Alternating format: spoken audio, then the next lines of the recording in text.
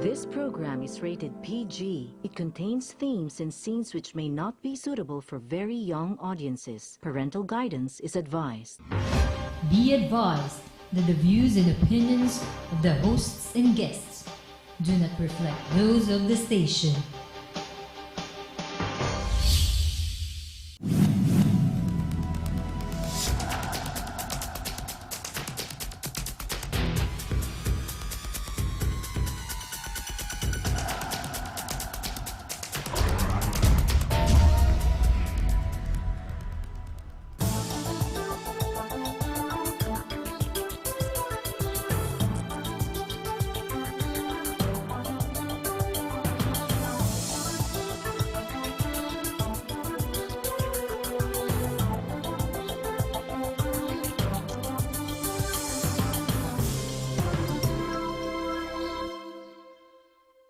Higit 80 na po ang nag-file ng kandidatura para sa pagka-presidente.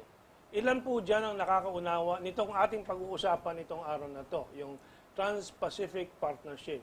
Or yung TIP, there is another one for the Western countries. Then there's the trade in services and whatever it is, later we'll be discussing it. Ito po ang huhubog ng direksyon ng ekonomiya natin at ng mundo, ay kahit yung top candidates, kahit si BPB9, dahil inupuan ko na yan, hindi naintindihan itong mga to. Pero kung ating kuryente, tubig, at itong mga pinaka-essential na pangangailangan natin, pinakamataas na presyo sa Asia at madalas sa buong mundo, ito'y dahil dito sa mga trade agreements na pinasukan ni Cory, Ramos, Gloria, and itong patuloy na suporta dito sa mga ito nitong si Aquino. In fact, Aquino has announced that we will join the TPP. We will be discussing it today. Although lumalabas lately na hindi pa tayo iniimbita. Kasi po, tayo ay nasa ilalim na ng mga regulasyon ng TPP. Kaya yung kaso natin sa tubig, naalala nyo, yung corporate income tax ng Manila Water at Maynilad, sinisingil sa ating mga consumer. Sinong naglitis nung isinampa ang kaso? Hindi po korte natin. Korte sa labas ng bansa. Kawawa naman tayo. And so, in the midst of all this cacophony, sound and fury dito sa eleksyon, pangalawang linggo na natin pinag-uusapan ito. Yung Trans-Pacific Partnership, this trade agreement that is going to be imposed on us. And yung alternatibo last week, our title was TPP versus RCEP. And just to show you how we all have to brush up on this, kahit ako at saka si Chito Santa Romana, we were calling RCEP as Regional Cooperation Economic Partnership, but it should be Regional Comprehensive Economic Partnership. So, we're going to spend another 15 minutes discussing this kasi ito ay napakahalaga at kayo po ang makakatulong na manindigan laban sa mga ito at hindi po yung mga kandidato politikal sa pagka-presidente. Okay, so pananguhin natin po, matagal na nating namimiss po si Ginoong Rod Capunan, kolumnista ng Manila Standard at manunulat or author ng dalawa, tatlo, mayroon pang lalabas na libro. We'll ask for an update later on. And of course, very frequent guest natin pagdating sa ekonomiya at mga isyong pinansyal ng bayan at ng mundo at backed up ng research group ng Ibon Foundation, si Ginoong Sunny Africa. Let's have some starters. No? Si Karod, nag-research talaga bago para sa programang ito, diskusyon na to. Rod, anong mga impressions mo? First, I would like to clarify this, that TPP or the Trans-Pacific Partnership Agreement is similar to the Transatlantic Investment Agreement. Unusual is that they included in the word investment sa Atlantic, sa Pacific, wala yun. But Washington intends to have these two agreements approved almost simultaneously. Now, let me point this out. The Trans-Pacific Partnership Agreement is not an investment nor a trade agreement. No, it's not. It will simply come out with rules and regulations, implementing rules that would be favorable to the U.S. It simply means that this organization will supplant and substitute existing organizations such as the ASEAN, AFTA, APEC, and other agreements that have been concluded by creating that what we call supra-institutional trade organizations. Let me point this out that somehow ASEAN and APEC, and so with WTO, these are organizations with high regard to sovereignty. They allow the state to maintain sovereignty. But with the approval of this TPP, all that will be erased. That is my judgment on that issue. Okay, we'll go to other issues that we discussed before and we should expand today.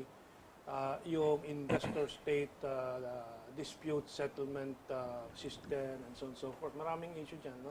Which you say really impinges, if not impinging, only impinging, if not only impinging, really suppresses the powers and the rights of a state. Ano?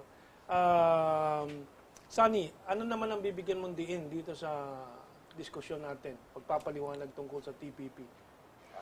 Tingnan namin, pinakamahalaga talaga, yung TPP at yung TTIP, yung Atlantic side at the Pacific side nga na nabanggit ni Carod, agenda na ng US para higitin yung control niya actually sa buong daigdig. Essentially, dalawang hati yan ng daigdig. So tingin namin isang dapat madiin na punto yon. Ang dalawang kasunduan na to ay sinusunod ng US para sa kanyang interest. Ikalawa, yung pinsala ng dulot niya sa Pilipinas ay papalalayin pa yung matagalang pagbagsak na ekonomiya sa ilalim ng globalisasyon. So tingin namin, bagamat hindi pumapasok yung Pilipinas dyan, yung pagpresenta ng administrasyon at malaman ng sunod administrasyon para sumama dyan ay higit na papalalayin ang lahat ng problema natin. Pagbagsak ng manufacturing, pagbagsak ng ating agrikultura, pagdami ng mahirap, kawalang pantay na walang trabaho, etc. sa Pilipinas.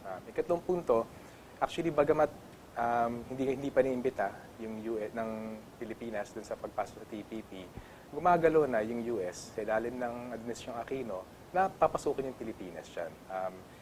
May mga bilyon-bilyong piso na ang ginagastos ng US government para manipulahin ang ating local regulations, para buguin ating saligang batas, para mahanda yung batayan, para makapasok yung Pilipinas dyan. Kaya tama kayo, hindi pa na-imbita formal yung Pilipinas dyan. Pero actually, since 2010 na nagpresenta ang Pilipinas, and since 2011 na may pumasok sa ilang kasundo ng Philippine government and the US government, na ilatag na yung makinarya para ihanda ang Pilipinas para pumasok dyan. Kung tutuusin, ang touring sa Pilipinas ay isang sidekick lang na hindi na kailangan kausapin. Di ba? Kasi ang Hapon, 5 taon na sila nagne-negotiate or more. Ano? Kasi ayaw bumigay ang Hapon doon sa merkado nila sa bigas, isa yan, at baka, karne. Ano? Ay yung kotse ay yung importasyon ng kotse na galing sa US. No? Ang Vietnam naman, iniengganyo doon sa garment market ng US. No? Bibigyan sila ng special na consideration. Problema naman ng Vietnam, paano yung labor organizing? Na kailangan independiente at hindi pwedeng state-led labor organizing, di ba? Isang problema yan. And kahit para sa Pilipinas na nasa ilalim na under many unwritten rules, no? Like itong privatization, lahat nandiyan na. Meron pang kailangan palitan sa saligang batas, yung 100% foreign ownership. Anong reaction ninyong dalawa dyan? Karon?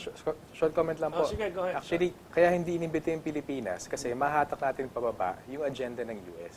Paano mapababa? Dahil nga meron tayong restrictions sa ating saligang batas na may maximum 40% ownership sa utilities, natural resources at iba pa. Kung papasok yung Pilipinas sa maagang yugto ng pagbuo ng TPP, tapos may isang bansa, 12 ngayon, kung may ika-13 bansa na mas mababa yung pamantayan na sa TPP, mas mahirapan yung US isulong yung kubong agenda niya. Kaya walang nawawala sa US na wag muna i-imbitin ng Pilipinas kasi utu-utu naman siya sa dati na panahon. At tinahanda naman yung batayan para makapasok. Hindi siya pinasok tactically kasi kung sa maagong yugto na ninegotiate ang unang balangkas ng TPP, kung nandun ang Pilipinas, mahatak pababa yung usapin ng pagsukuan ng soberanya. So actually, tactical move lang yan sa US. At alam niya, walang nawawala sa kanya kasi nandiyan ang Pilipinas o hindi sa TPP. Gagawin naman ng Philippine governments, even yung malamang darating na administrasyon, yung kagustuhan ng US. Natutuwa nga ako sa isang editorial ng Business Mirror na sinasabi, si Domingo kasi hindi pa nagre-resign, nag-anunsyo na sasali ng Pilipinas. Ay, 2010 pa yan. Oo nga eh. 2010 Sabi ng Business Mirror, hindi pa tayo imbitado at saka sikreto lahat, wala tayong kaalam-alam sa mga pinag-usapan. Totoo. Karod, sige, dagdag mo yung... Actually, totoo yun na walang nakakaalam sa TPP. Kahit na draft nila, hindi pinakikita. Ang nakakakita lang niyan, na ayon sa pagsisiyasat ko, yung tinatawag na Washington Consensus. Sikreto lang yan. Kahit sa Europe, hindi alam yan ng mga European. Kasi dalawang version nga kako yan, yung isa sa Atlantic. Hindi nila alam kung ano yan eh. Now, second, nung nalaman ng China na binabalak na nilang ilabas yan, naglabas siya ng AIIB. Nung inilabas yung AIIB, malaki ang difference. First, nagkagulong sumali. Everybody wanted to join that new bank, development or investment bank. Lahat sumali. Samantalang dito sa TPP, lahat kinontra. Lahat kinontra kasi... Lahat ng bansa. Because it is a misnomer. It is a misnomer that calling it partnership because there is no such thing as investment in it, nor trade. And no partnership. Walang partnership. Alam mo yan, ang ilalabas lang yan is rules and regulations, tightening the screw, the hold of the control of the United States over existing organizations. And United States, not the government, but the corporation. Yes. Kaya pati ang mga Amerikano, tumututol dito, pati si Hillary Clinton, Correct. si Donald Trump, anong position? Laban din siya, di ba? Yes. Sa pagkaalala ko. So ito po, isang video clip na ating hiniram mula sa YouTube at dala sa atin ng Information Clearinghouse. I don't know if you visit that site. So it's a half of the entire length lang. Hindi natin mapakita yung buo. Ito naman ang point of view ng British and Americans about this TPP for us and sa kanila yung TTIP. Okay. Transatlantic. This is something enormous. It is about a final control, and it's the United States saying there may be another power in the world, but we will be the ultimate power. Quite explicitly, the US and the EU are saying that they want these new trade agreements to form the blueprint, the template for all future trade deals. And that means they're rewriting the rules of the global economy, and that means for everybody. Once signed, it will cement a key part of the US government's plan to create a new global bloc that will ensure the dominance of its largest companies. And to understand why, we need to go back to the 1950s. See the USA in your Chevrolet. America is asking you to call. Drive your Chevrolet through the USA. After the Second World War, the United States accounted for half of the world's economy. Its influence was unmatched by any country, and it was able to write the early rules of international trade to its advantage. The World Trade Organization was created in this context, and the US dictated rules that favored American business. The USA, see it in your Chevrolet.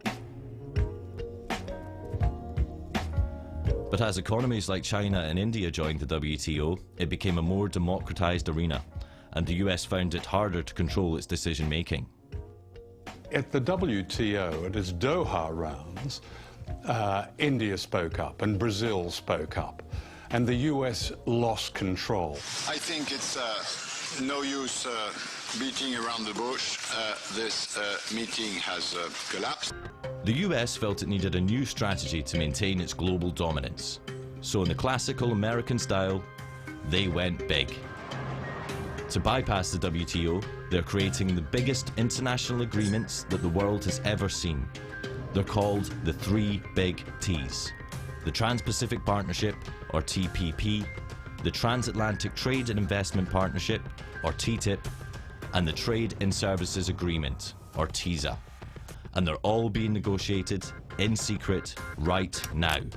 We only found out when WikiLeaks was able to leak parts of them And what's interesting is when you look across all of these deals, whether it be TTIP, TPP or TISA, China is excluded, but also Brazil, Russia, India, South Africa, they're all excluded because those are the emerging economies. What is not often understood is that these agreements are part of a geopolitical war. This is a new war which is taking place between the United States and China. The United States is very scared of the rise of China, so it has moved to militarily encircle it through what is called the pivot to Asia, and now it's moving on to doing that economically. The basic idea which comes across from reading US strategy papers is the construction of a new grand enclosure. And to put inside this grand enclosure, the United States, 51 other countries, 1.6 billion people, and 2/3 of global GDP. To integrate Latin America away from Brazil and towards the United States, to integrate Southeast Asia away from China and towards the United States, and to integrate Western Europe, pulling it away from Eurasia as a whole and towards the Atlantic. Of the 3 big T's, WikiLeaks has revealed 4 chapters of the TPP, which affects 12 countries in the Americas and Southeast Asia. We also obtained and released the core text of TISA, which affects 52 countries, including the EU. But nearly all of TTIP is still secret. Nobody knows about what's being negotiated in our name. So you have these far-reaching deals which are going to completely change the face of our economies and our societies, and yet even elected parliamentarians know nothing about it. The world's biggest corporations don't have the same problem. They have been receiving VIP access from day one and have had abundant influence in the negotiations. People, the likes of you and I, are excluded. Governments, to a great extent, are excluded. Those who are included are the multinational corporations. These agreements are basically corporate ownership agreements. The funny thing about free trade agreements, as we understand them, is they often have nothing to do with trade in the sense of the mutual lowering of tariffs. What they're about is enshrining an investor rights regime in the respective countries and ensuring that corporations can run wild. Okay, so I think that sums up the many problems as the Westerners see it, and tayo pa, kung sila ay alalang-alala at nanggagaling sa kanila yon. Dahil ang mamamayan mismo sa Estados Unidos, Britannia, Europa, ay hinihiwalay doon sa usapan na to. What are your reactions? Rod? Let me point this out, because I wrote a book on labor. The reaction of people, countries in Europe, and our reaction here are at the opposite direction. For instance, Europe is objecting to the labor aspect of this agreement, the proposed agreement, primarily because they consider themselves as their standard, their labor standard, including wages, is much higher than that of the Americans. On the other hand, in the Philippines, it is opposed, except for Herrera, because our labor here is much lower compared to the United States. Makikita mo, mas mababa tayo. Ang Europe, malaki. Ano ang objection nila? Hindi ko alam kung bakit si Herrera sangayon doon. Dahil kung mababa ang labor mo, ipinantay mo sa States, hindi gaganda ang labor eh. Mawawalan ng trabaho ang labor. Yun ang bottom line doon. Kailangan, ang pagtaas ng labor, sabay sa ekonomiya mo, ang buong ekonomiya mo. You just don't pull them up by increasing wages. You don't do that. Dahil sigurado, kung pag tinaasan mo wages, sarado lahat ng mga pabrika. Yun ang isa yun. Dito sa atin, ang India, kinukontra yan eh. Kasi kinukontra yan dahil ang India, ayaw nila ng medicine ng mga intellectual property. That's right. Hindi nila naintindihan ang implication ng intellectual property. Alam mo ba ang ibig sabihin ng implication ng intellectual property? Perpetual imperialism yan. So, kung halimbawa, naka-invento ka ng isang bagay, good example, what they did on Dolby's stereo, habang for generation nandyan yan, may royalty ka dyan eh. Hindi ka na magtrabaho. Wala na makakakopya, dahil patented na yan. So, parang black na kagad yung ibang mga matatalino na mag-iimbento ng mga panibago makakapag-improve ng mga stereo. Kaya nga, malinaw ang anunsyo ng India, hindi sila sasama dyan. Hindi sila sasama kasi katulad halimbawa, last year, nagkaroon sila ng decision tungkol sa Gleevec. Nagawa ng isang American Pfizer. Yung Gleevec dito, Pinakamahina niya, isang tableta, 5,000. Anti-cancer yan. Ngayon, ginawa sa India, ipinagbili ng mura. 5,000, naibenta nila ng kulang-kulang ng 500. 200 lang yata. Dinimanda ng Amerikano yan sa India. Nakarating sa Indian Supreme Court, reject nila, wala pa kailan, tuloy namin dito yung generic nila. Yan dapat, di ba? Nagkaroon ng uproar dyan. Sabi ng India, di bahala kayo. So, pero iba, kaya tayo ang kaiba dito sa Pilipinas. Isa lang yun, ha. Sa China naman, sige, 1 minute. gusto nilang isingit yung tinatawag na state-owned enterprises. Pagbabawalan. Yan ang jugular vein ng pagyaman ng China. Pag inalis mo yan, hindi papayag ang China niya, buwagin mo yan. Kasi kasama dyan magkarugtong yan, state-owned enterprises, ang state ownership ng mga lupa. Ang lupa, tayo dito dapat in-implement natin yung Regalian Doctrine. Hindi natin sinunod. Isipin mo. Kaya ang institusyon na pinakamahirap kumpara kay La Ayala at saka Oboitis, ang gobyerno. Ang principle kasi sa Sila lupa. Pangilinan, pinakamayaman, mas mayaman kaysa sa gobyerno. Ang principle kasi sa lupa, simple dadalhin ko lang, ang simple po sa lupa, igawa ng Diyos ang lupa. Bakit kumikita may-ari katulad ni Ayala? Okay, sige, let's go to Sunny. Very good points, ha? Siguro paglilinaw lang, no, tama yung sinabi ni Carol na, na sikreto talaga yung TPP. Ang balita nga namin, yun ang mga Philippine negotiators para ipakita para mabasa yung TPP. May isang kwarto, bawal lang mag-notes, bawal lang ng cellphone, ng camera. Pwede basahin visually, pero hindi pwede ilabas. So, totoo yung secrecy nun. Ganun pa man, nakuha kami ng kopya ng draft na outline niya. Actually, masaklaw talaga siya. Masaklaw niya, may malaking trade chapter, may malaking investment chapter, may environment, may labor, may investor-state dispute settlement. Essentially, 20 chapter yon. So, masaklaw talaga siya. Tingin namin, Ano ibig sabihin na masaklaw? Pasensya na sa masaklaw. Kumbaga, walang bahagi ng ekonomiya na hindi pinapasukan ng TPP. At grabe, walang kapantay na kasunduan. So, anong klaseng sa WTO, wala. Free trade yan? Walang freedom dyan, ano? Well, ang gusto nilang freedom, may kalayaan yung negosyanteng galing sa Amerika, na monopolyo na, malakas na, pumasok sa Pilipinas at agawin yung merkado natin sa kami lupa natin. Anything important you want to add? I think, just want 30 seconds to ask this question. I think yung pinakamahalaga talaga madiin doon, dahil lahat ng aspeto ng ekonomiya pinapasukan niya, tapos sinabanggit kanina yung pagbibigyan ng karapatan doon sa kapital, sa negosyante, lagpas pa sa karapatan ng Estado na singilin yung negosyante, malaking problema yun. Wala na matitira sa usapin ng soberanya ng bansa at sa soberanya ng mamamayan para ipaunlarin yung kanilang mga sarili. At yun ang mawawala sa atin. Reaksyon ko lang sa lahat ng narinig ko at nakita. Matatalo ang TPP, TTIP at TISA. Kasi sa mga bansa na pinakamalaki, nire-reject siya and so on. Mga mamamayan ng sariling mga bansa na pinanggalingan yan, Amerikano, etc., nire-reject yan.